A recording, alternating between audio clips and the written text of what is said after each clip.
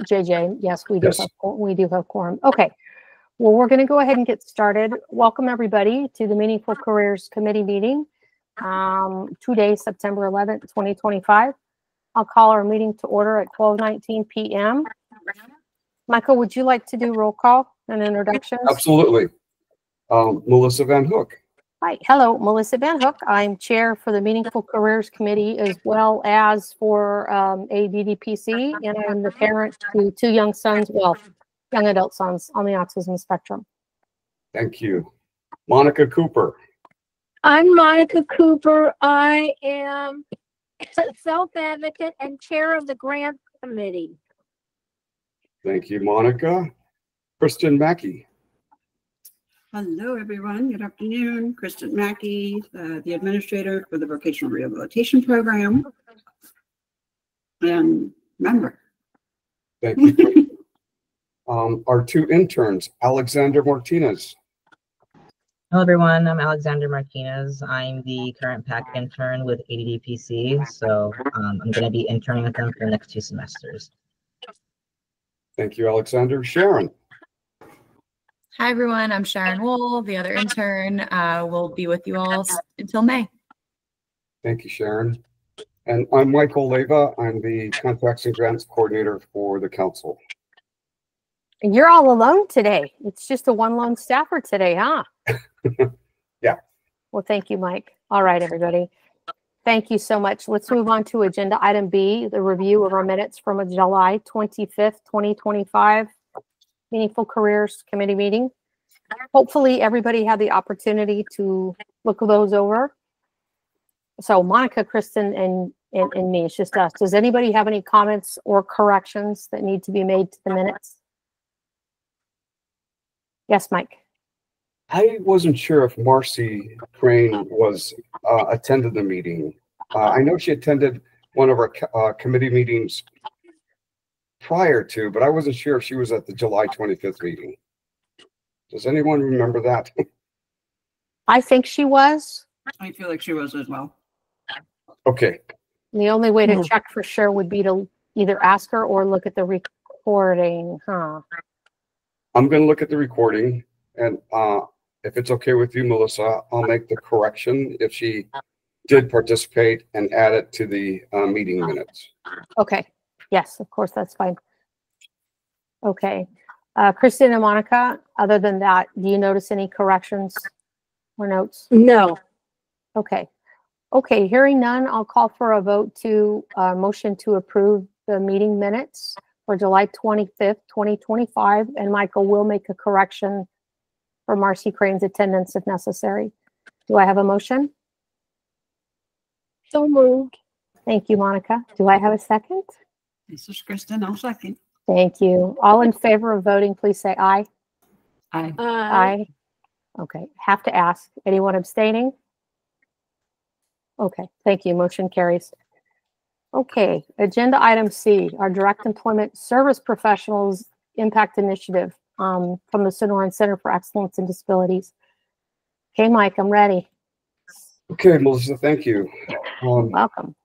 We received a proposal from the Sonoran Center for Excellence in Disabilities, and it's related to the work that was started previously, which is the DESP project, which is the Direct Employment Service Professional Survey. And once we completed that survey, there was an analysis, and the analysis included key recommendations. So the proposal is based on those recommendations that came from that survey. I do want to apologize because DESP, that acronym is sort of used interchangeably. Sometimes it's referred to as Direct Employment Service Professional, and other times it's referred to as Disability Employment Service Professional. So I hope that didn't cause any confusion. So I did want to bring that to your attention. But again, the Sonoran Center submitted a proposal in the amount of $35,000 to perform some activities which are really good to help professionalize the employment service industry. And What they are proposing is that the project begin October the 1st, 2025, and continue through September the 30th, 2026. The Sonoran Center did include all the documentation, including a budget and some other supporting documentation, which included the DESP analysis so that you can make reference to what was included in that report. The Sonoran Center is going to contribute a 25% match through dedicated staff time, ensuring the project is both cost-effective and community informed. The proposal includes 3 major activities. And so the major activities include a certification support fund pilot. And what that is to provide funding to pay for employment service professionals to obtain a certification. Now, there are different types of certifications. There's the CESP, which is the Certified Employment Support Professional that's sanctioned by APSE National, Association of People Supporting Employment First. And then there's others. There's the ACRE certification.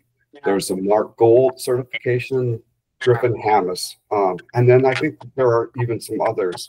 But what this focuses on is the CESP certification. So what the Sonoran Center is proposing, that to help professionalize the industry, to help improve employment outcomes, they are going to set up a fund to pay for the fee to take the exam. And so the fee is $199, and they are proposing to support between 5 and 10 professionals with this process. Now, we're making the assumption that if a person obtains a certification, they are more likely to have more knowledge, more information, more experience to help the people with disabilities that are seeking employment. And so by having that certification, again, they're hoping that they'll be able to produce more outcomes related to employment. Now, in the survey that was conducted, there was some confusion about the total number of people that had obtained certification or credentials. And I think some of that was due to the fact that some of the individuals that took some type of training or education, they assumed that because they took that certification, that they had the CESP. So I just want to make that clarification. There are only 8 individuals, according to the Association of People Supporting Employment First in Arizona, that have the CESP certification. So even if we have 10 individuals that take the exam and pass the exam, that means that we're going to double the number of people in Arizona. Even though it's a low number, it will go from 8 to 16. So I think that's a good number. And the Sonoran Center wanted to be realistic. They didn't want to over project the number of people that would entertain taking the CESP. Are there any questions about that activity at this point? And this is Monica. I guess that what I'm confused about is, like, how does this certification help these people to hire individuals with disabilities? That's what I'm confused about. Well, the certification, Monica, is an exam that asks them questions about how they provide the services, who they provide the services to, what type of services are included, do they have experience in providing employment services to an individual. There's a myth out there that employment service providers who are just hiring people off the street they didn't necessarily have job development skills or any prior experience, that they were just hiring them off the street and then putting them out in the field and working with individuals. Melissa? I had a couple comments and a question, but I'll just jump on that. Monica, and to be clear, I think Mike was clear, but in case it wasn't clear, this is certification for the job coaches. So if you so if you get services from Voc Rehab and you have a job coach, these are the people that would get their CESP. Okay. Yeah. Okay, that was what was confusing me. I'm looking at this whole thing, trying to figure it out. Yeah. I'm like, it's all great, but I mean, how is it going to help? But I get it now. Okay, awesome. Yeah, it's all that technical lingo. I mean, in our world and with our clients and the people we work with, I mean, they know us because it's what I do too as job coaches. So a couple things. Mike, I'm really curious. You know, the whole purpose, obviously, you know, the premise is that if people have better training, they'll have better outcomes with their clients. Their clients will retain their employment long-term, right? Yes. So this is so short-term in the time frame. I mean, I'm 100% supportive. Let me be perfectly clear on that. It's such a short period of time, and that's an intensive exam. So it's a lot. It isn't like somebody's going to apply at the end of October or November, December, and have that within a week. It's going to take them some time to get it done. So it may take until close to the end of the time to have most people even with those certifications, which is awesome. But for the purposes of tracking data, of knowing whether or not them having their certification help their clients, that's a much more longitudinal study, right? Yes. So I'm kind of curious of what comes next. Is there a plan to follow up with that? Or are they going to tag those coaches and continue to follow them? Are they going to talk to their employers or the providers they work for? That's my first question.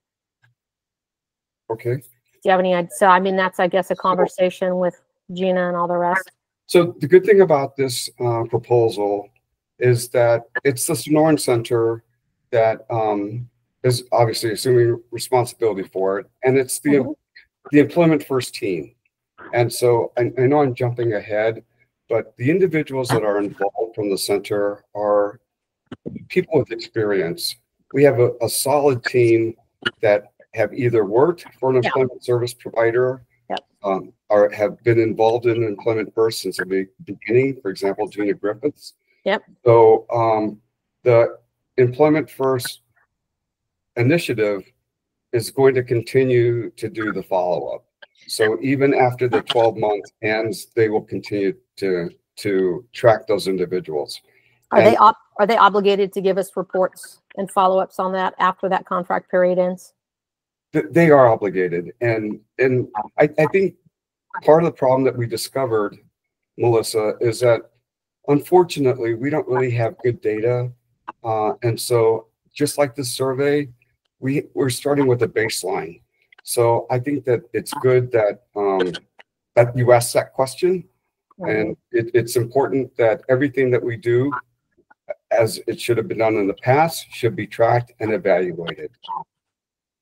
100%, I agree, because I love the premise behind it. But to really know if it's useful and a good use of money, we need those long-term results on that. Yes. Okay. Did you have a second question, Melissa? I do, but you might get to it. So go ahead and I can wait. Okay. So, thanks, Mike. So again, the first objective is to establish a certification support fund pilot. And in the proposal, there is a mechanism to establish that. And it's very specific. So for example, they're going to convene a planning meeting with Arizona APSI to define the roles, process, and outreach strategy for pilot. They're going to develop and test an application for CESP funding. They're going to create marketing and outreach materials. They're going to launch an application process statewide. They are going to review applications and select 5 to 10 DESPs. So there's 1, 2, 3, 4, 5, 6, 7, 8, 9, 10, 11, 12, 13, 14 tasks that are associated with that. I know I'm giving you kind of a high level, and hopefully I'm trying to explain this correctly so that you understand, but there are specific tasks that are going to be involved, and I am confident that the individuals at the Sonoran Center are going to be able to follow through on all those tasks. Melissa? Do you want to look at the page where all their tasks are listed in one of their addendums? Okay. Alexander, can you go through? Unfortunately, the page numbers, the pages are not numbered. So if you could just scroll through, keep going. It looks like a table. Keep going. Okay, back right there.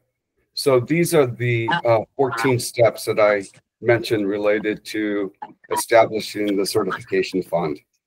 And they identified who the responsible person is, party, and then they identified according to a calendar of when that is going to be completed. Kristen, did you have a question? I do. And looking at this, so this is Sonoran, you said, providing the project, but responsible party is Arizona APSI. They don't have any control over Arizona APSI. I know some of them are Arizona APSI participants and members, but they don't, like, they can't say do it or else. So there's a lot of things contingent on Arizona APSI. So that just seems a little different in terms of a proposal. Okay, that's a good point, and thank you for raising it. But going back to the DESP survey, this was a collaborative project that included Arizona APSI, the Sonoran Center, ADDPC, and the Colorado Office of Employment First. So Arizona APSI, Kristen, was intricately involved in developing the survey, reaching out to the members, encouraging them to complete the survey and to submit it. So the Sonoran Center has talked to the leadership at Arizona APSI and has obtained their commitment to help with the project. And in the proposal, there is a support letter from the president of Arizona APSI, Jules Hyde.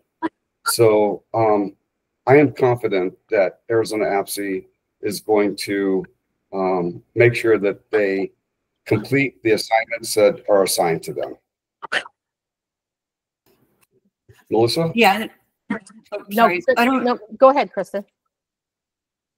I'm not doubting that APSI will perform, but at the end of the day, who is the responsible party to make sure that that information gets to us? So it might just be worth clarifying with them in terms of these people are doing the activity, but they're not technically responsible, because they're not getting the grant. Right. So that might just be worth some clarification. Okay. And the Sonoran Center will be ultimately responsible for completion of all of the activities.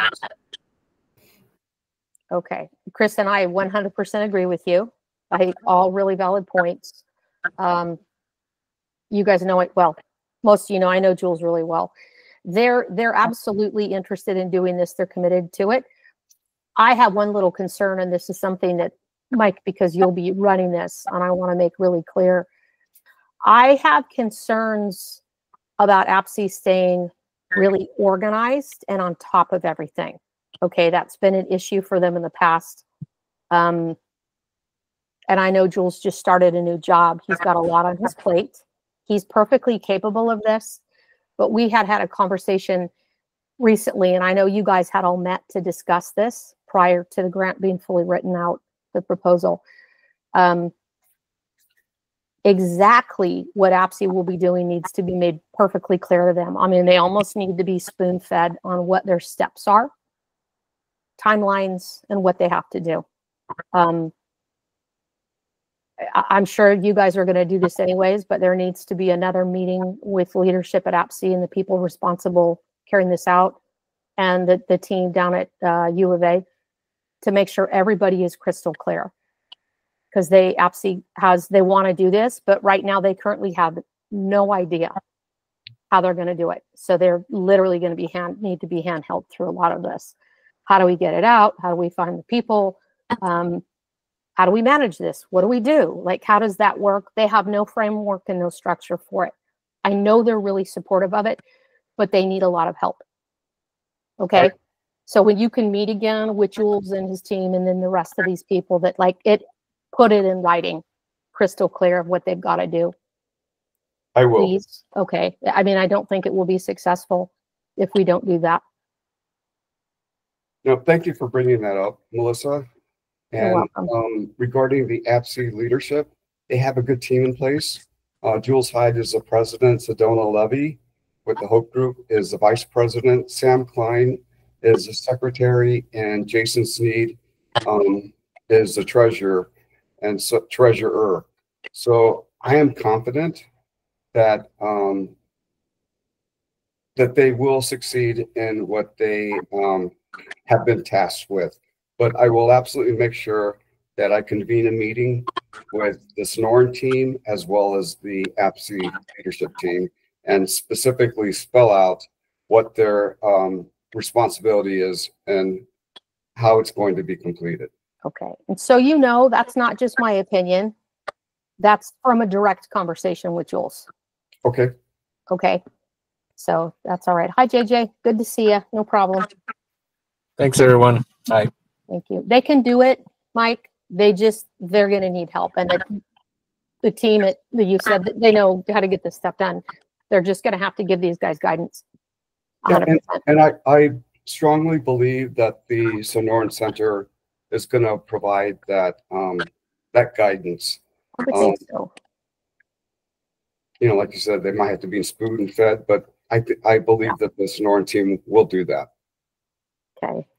I would think so. And I know that Jules are those people. They've got a great working relationship with Gina and some of the ones down there. So, okay. And I believe, and of course, you know, I'm the eternal optimist here, that that this is going to work. And so it's good. It's pretty ambitious, and it's going to take a commitment. It's going to take a lot of oversight. And so this is one of the activities that's coming out of our committee. So I'm going to be personally involved in all of this and just make sure that everything is completed. And if it's not completed, why hasn't it been completed? Okay. I'm supportive of it too. I really, really am. I feel like we have to start somewhere with all of this. Again, it's just first that APSI is going to have to be helped and they're going to have to be watched. They just are. It's just factual. And then that follow-up data long-term. So we really have an idea of, you know, did the CESP certifications help? Because we won't know for a little bit of time. So as long as there's an obligation in there that we're going to get follow-up data down the road, I mean, it may be a year from this, you know, next October in 2027 or so before we really know. It'll take a while. I think that's where I have concerns as well, is how are they going to get that? I mean, I'm just speaking from a VR perspective. We don't get somebody to call us back after 90 days to tell us they got a job. We're relying on the vendors to tell us they got a job. We're relying on the state systems to cross-match their UI wage data with our data to find anything. So if you're relying on a direct service professional calling somebody in a year to say, are you still working? I don't know that you're going to get much data from that. So I hate to be not optimist, but just know that from a current standpoint, like we really struggle to get that data from the clients themselves. And then also the vendors struggle to get it sometimes too. So we even took that out of part of our requirements because it was keeping vendors from getting paid. So for follow-up on it. Well, and I'm right there with you because this is what I do every day. I carry a pretty heavy client load, and some of my clients I keep longer. You know, they don't get closed necessarily at 90 days. If they need more support going beyond that, they might need support for 6 more months, right? So once they have that job and it's 6 months, and then checking back in with them after I've closed services with them. Are they retaining that job? Are they still there? I mean, that's what really is going to matter. It's like, okay, and versus, and you almost need to do a comparison down the road with all of that data that Kristen is talking about. And this is important. And I know it's not on the scope of this project, but I just might want to put it on your radar to really know when things work. So it would be, and again, it's getting the data. Looking at those, we're going to just call them job coaches right now because it's easier than direct support professionals, right? What their number of placements are, right? The clients that they have and the people that they've helped get employed, what those numbers look like. And then looking at maybe 3 months after their services have been closed out, and then maybe 6 months, are they still employed in the same job? And then comparing that same data against people that have got their CESPs. What does it look like? Are there better retention rates in employment for people that have their CESPs? And the only way that you know that is to compare that data side by side. But again, it's longitudinal, like it takes time. Right. You know, I'm wondering, since ADE has a really good track record with post-school outcomes, I can't cite what the percentage is, but I've heard that it's maybe above 60%, maybe 70%. How do they go about obtaining those survey responses? A phone call, usually. I got one of those phone calls as a parent, and it's like this. Badger them with a phone call. They have a whole team of people that calls and calls and calls.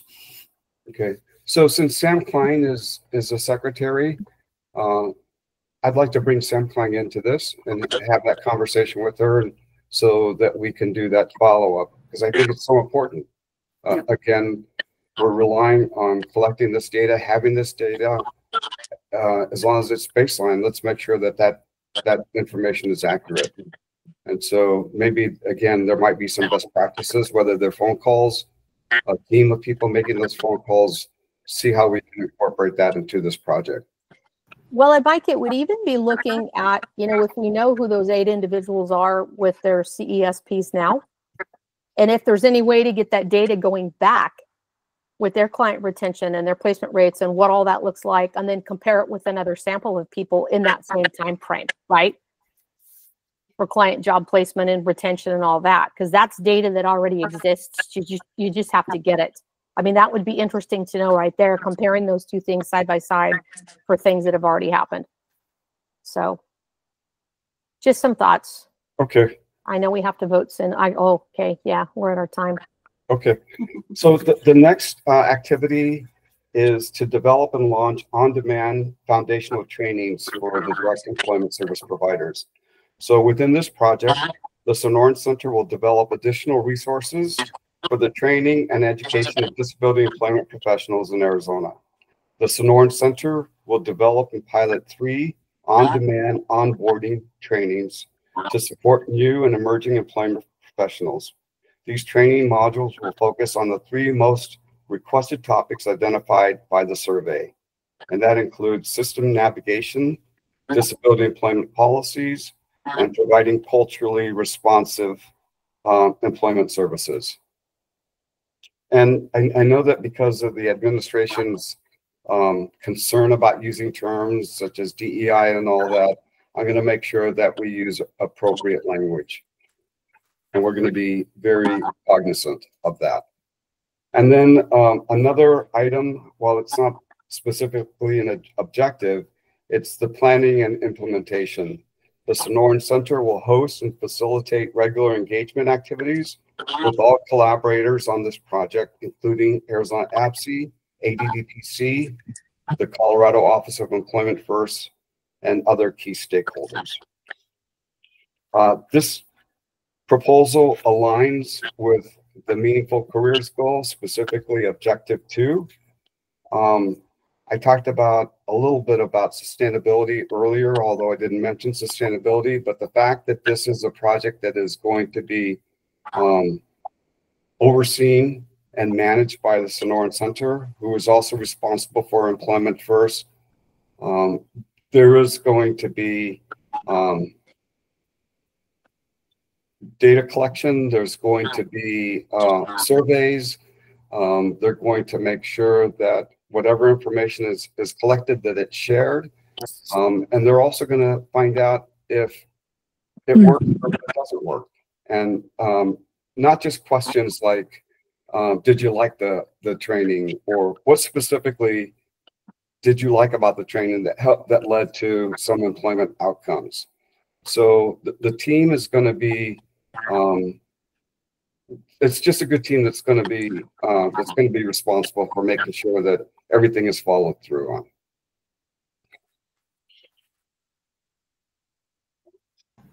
on.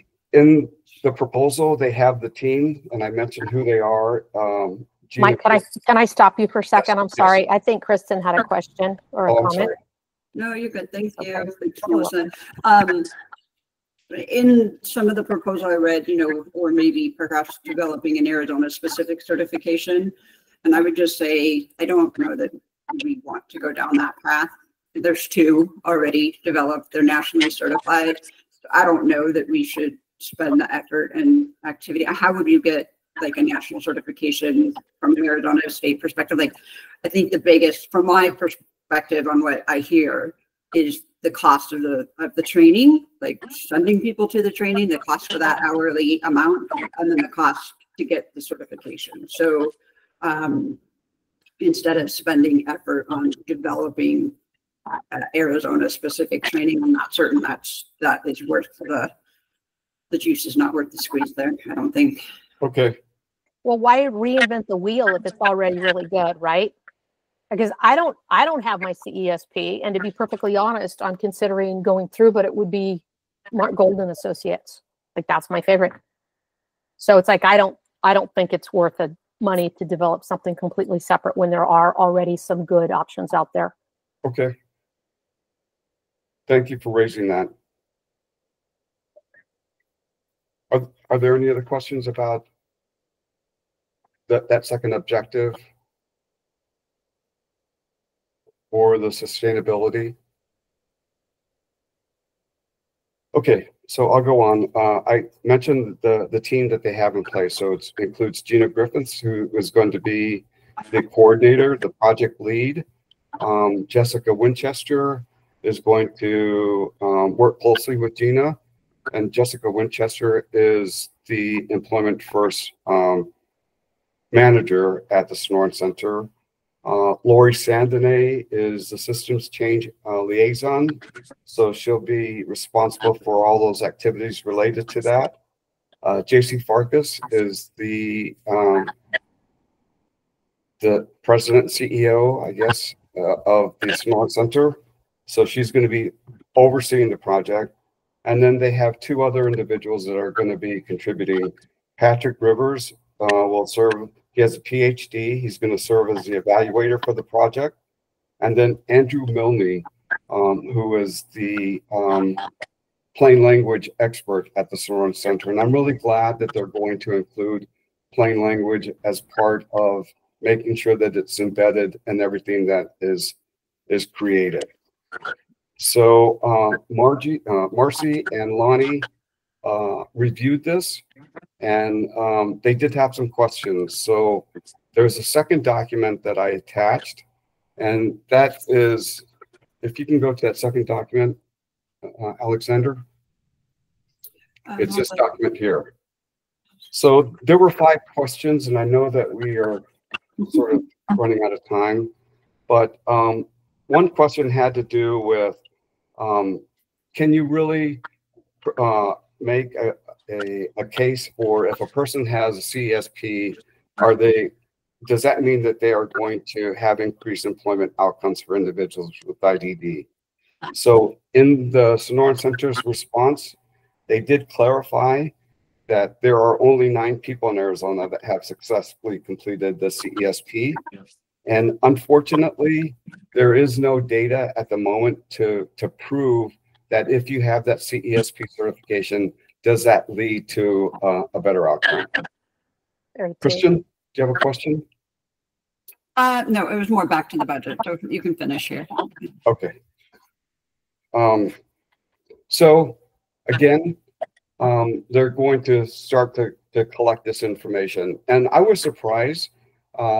according to their response, they said that they did some research and there is no report or research out there that sort of demonstrates that if you have the certification, does it lead to an employment outcome.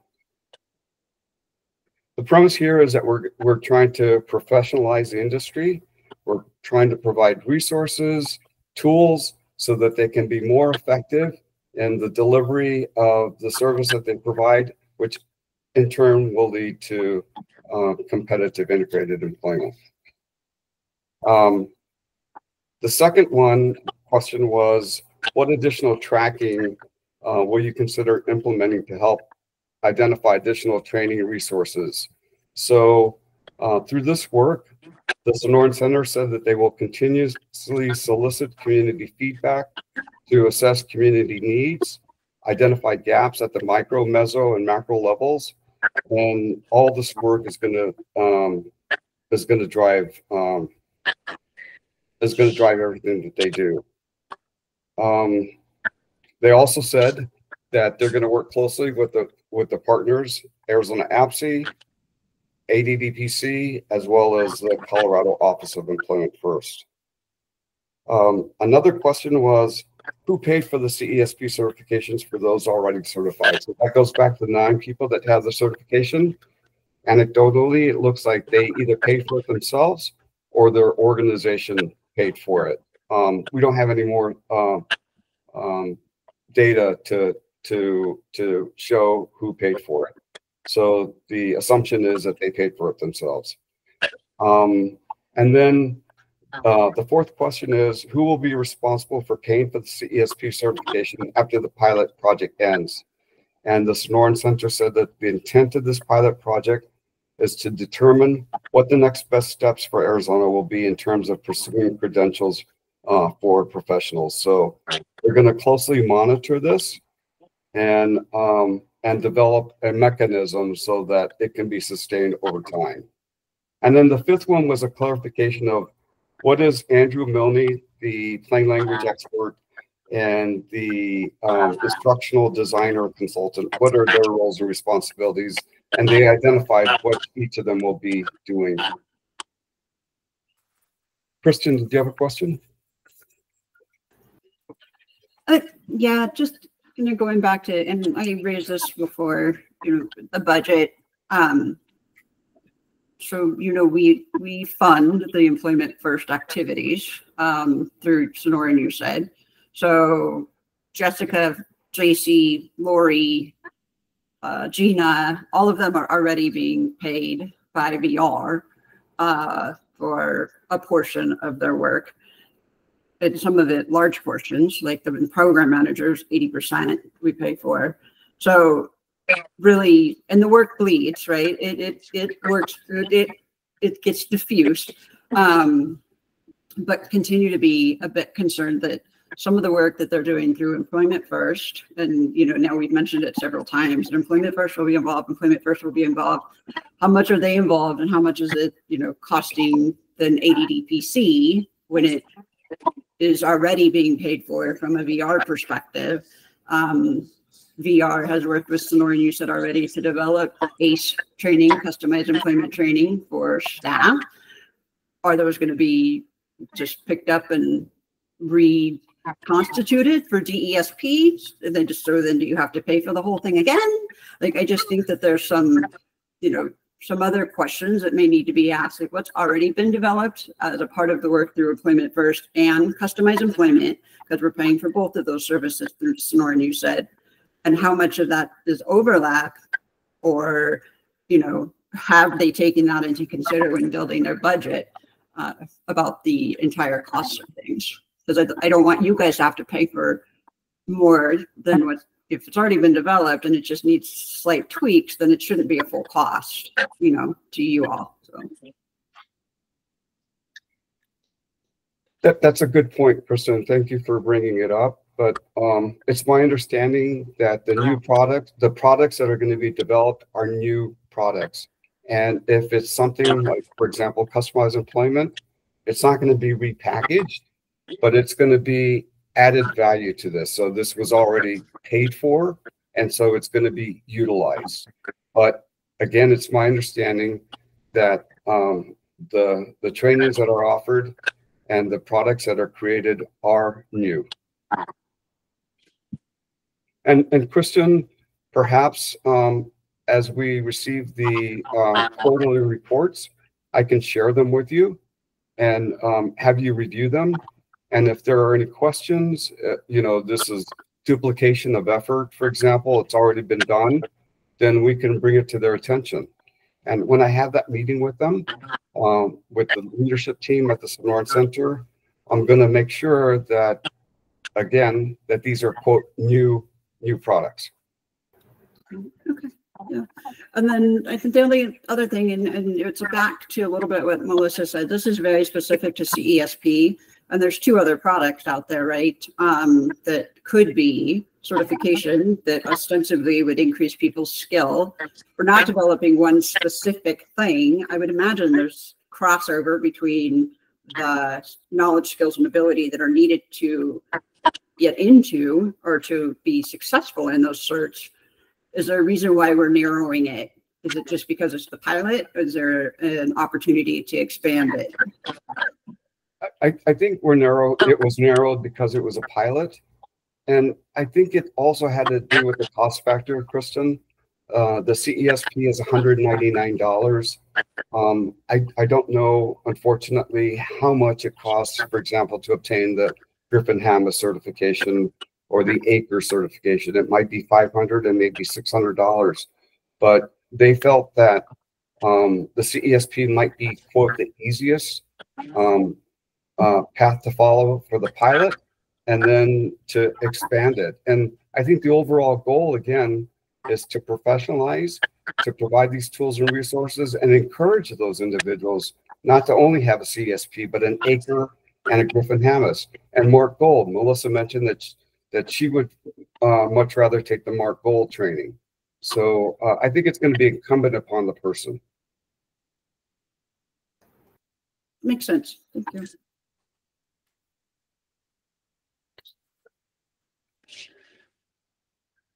Are there any other questions?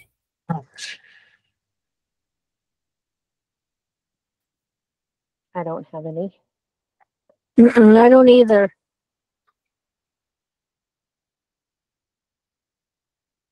Okay. Well, are we ready to take a vote? Okay. Sorry, I want to open up my agenda so I get the precise name right on this one here. Thank you. Appreciate that. Okay. I am going to call for a motion to approve the proposal for the Direct Employment Service Professionals and Impact Initiative with Sonoran Center for Excellence in Disabilities in the amount of $35,000. Do I have a motion to approve? I'll move. Thank you for saying it, because I was like, I'm not sure how to say it, but I moved. That's okay. Thank you. So moved. Do I have a second?